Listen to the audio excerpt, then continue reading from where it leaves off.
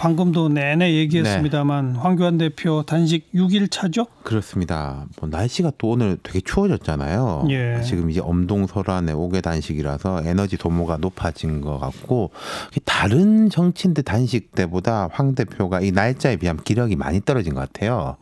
아무래도 날씨하고 예, 그렇죠. 환경, 또 조건. 그렇죠. 네. 예. 지금 상황 어때요? 이게 한 두 가지로 나눠서 보면은 단식 시작할 때 뭐가 상당히 좀 어수선했지 않습니까? 예. 그래서 단식 자체보다는 가십적인 사안들이 더 관심을 모으고 좀 뭐 이런저런 비아냥 같은 것도 나오고 그랬는데 주말부터는 이 단식이라는 행위가 안정감을 찾고 있어요. 그러니까 좀 어수선하고 그런 것들은 사라지고 그쪽도 좀 뭐 질서가 잡히는 그런 모습인 것 같아요. 예. 예. 그리고요. 그럼 정치적 상황을 보면은 이제 자 중간 평가를 해보면은 뭐 이유 여하를 떠나서 지소미아 종료는 유예됐지 않습니까? 그랬죠. 근데 이제 패스트 트랙,거는 아직 특별한 변화가 없고 예. 또 한 가지 황 대표 단식 초입에 제가 한번 말씀드린 게 이 단식은 외부적으로는 요구 사항의 관철을 위한 것이지만은 내부적으로는 좀 결속과 리더십 강화하기 위한 목적도 항상 있는 거다. 그렇죠. 그런 말씀드렸지 않습니까? 예. 그건 효과가 좀 나타나는 것 같아요. 내부 단속. 맞습니다. 그러니까 날선 발언 쏟아냈던 홍준표 전 대표도 말 조심하고 있고 김세연 의원도 황 대표 천막 찾아갔고 또 좀 비주류격으로 각을 많이 세웠던 오세훈 전 시장도 찾았고 예. 지난 주말에는 뭐 김병준, 정홍원 전 총리, 안상수 전 한나라당 대표 인천 말고입니다. 예. 이분들도 황 대표를 쭉 찾아가가지고 이제 뭐 격려도 하고 힘을 보태고 전반적으로 한국당 안팎의 보수 진영 사람들이 말 조심을 하고 있어요. 그러니까 황 대표의 노선이나 전략에 동의하지 않는 사람들도 말 조심하는 게 당 대표가 엄동설안에 단식하는데 이 험한 소리 하는 것은 정서에도 안 맞고 도리가 아니죠. 예, 정치 도의에도 안 맞고요. 예. 총리도 갔고 민주당 대표도 갔죠. 맞습니다. 이낙연 총리는 어제 농성 현장 찾아서 황 대표 만났습니다.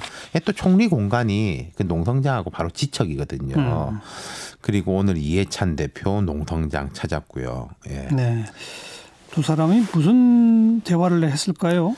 이게 이제 이 총리는 뭐 황 대표의 뜻을 대통령한테 잘 전달하겠다. 단식 푸시라 이 정도였고 이해찬 대표도 단식 이제 풀고 나와서 나하고 협상합시다. 뭐 이런 이야기를 했는데 그 기력이 많이 소진돼 가지고 황 대표가 긴 이야기는 못했다고 그래요. 그리고 모르겠습니다.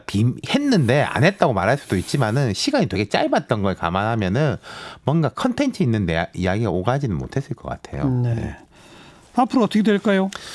자, 이 출구 전략 뭐 이런 거 있으신데 단식 이런 경우에는 출구 전략은 정말 보안을 지켜야 되는 거거든요. 그러니까 뭐 밖으로 들리는 이야기는 없는데 우리가 한번 예측은 해볼 수 있겠죠. 어떤 모멘텀이 있을 것인가. 어떤 모멘텀이요? 그러니까 뭐 여당의 입장 변화가 첫 번째 있을 것이냐.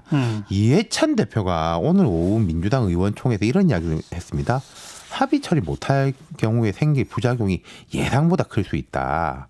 막판으로 올수록 모든 걸 다 석권하는 상황이 될 수 없다고 이해하기에 이건 이제 우리가 요구한 거 다 얻을 수는 없다. 예. 이제 실질적으로 협상을 할 수 있을 것 같다. 돌이켜 보면은 접점이 어느 정도 보이는 것 같다. 이렇게 말을 했습니다. 어떤 접점이요? 그러니까 이게 제가 보면요. 이해찬 대표가 원래 좀 당내에서도 강경 이미지잖아요. 근데 이런 이야기를 한 것을 보면은 이해찬 대표가 지금 세 개의 공을 들고 말하자면 저글링을 하고 있어요. 예. 세 개의 공이라는 것이 첫 번째 한국당, 두 번째 당내, 세 번째는 당 밖에 이제 정의당이라든지 바른미래당 방금 김관영 원내대표라든지 좀 이런 그룹들이죠. 네. 선거법 협상에서는 당내 의견도 만만치 않고 한국당하고 다른 당은 정반대입니다. 근데 이게 정치력을 발휘하면요. 왼쪽에서 오는 압박을 오른쪽으로 연결시키고 오른쪽에서 오는 압박을 왼쪽으로 연결시킬 수가 있는 거거든요. 예컨대 정의당이나 김관영 원내대표 같은 사람한테 아니야. 나는 해주고 싶은데 한국당이 저 정도로 하니까 우리도 요구사항을 좀 낮춰야 된다. 이렇게 이야기를 하고 한국당에 또 반대로 이야기를 하고 지금 접점을 찾자라는 이야기는 제가 생각할 때는 황 대표하고 구체적으로 어떤 이야기가 오갔다라기보다는 여러 정치 세력이 이런 압력을 받을 환경이 돼 있다. 또 뭐든지 마감이 닥쳐오면은 좀 뭐가 좀 일이 진행되기 마련이잖아요. 조금 아까 김관영 의원도 자유한국당하고도 아마 물밑에서는 협상안들이 오가는 것 같다는 식의 얘기를 했거든요. 그렇죠. 그런 거겠죠. 근데 그래서 최종 합의가 가능할까요? 자, 근데 그러려면 한국당에서도 뭔가 내부의 마지노선이 사실은 있어야 돼요.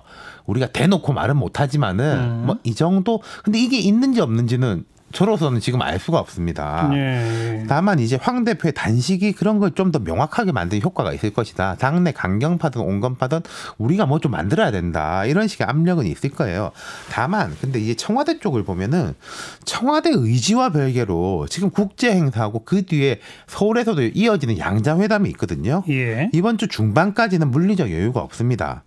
종합해 보면은 황 대표가 당장 오늘 내일 단식을 중단하고 그럴 모멘텀은 안 보이는데 이제 뭐가 좀 생기긴 생기는 것 같다. 네. 다음 주 중반 이후부터는 약간 그 생기는 것들이 이번 주 중반, 이번 주에 네. 좀 윤곽을 드러낼 가능성도 있을 것 같아요. 수요일이 선거법의 본회의 부위니까 그러니까요. 그거 넘기고 기점으로. 오히려 네. 목요일 이렇게 되면요. 예. 수고하셨어요. 감사합니다. 윤태권 실장이었어요.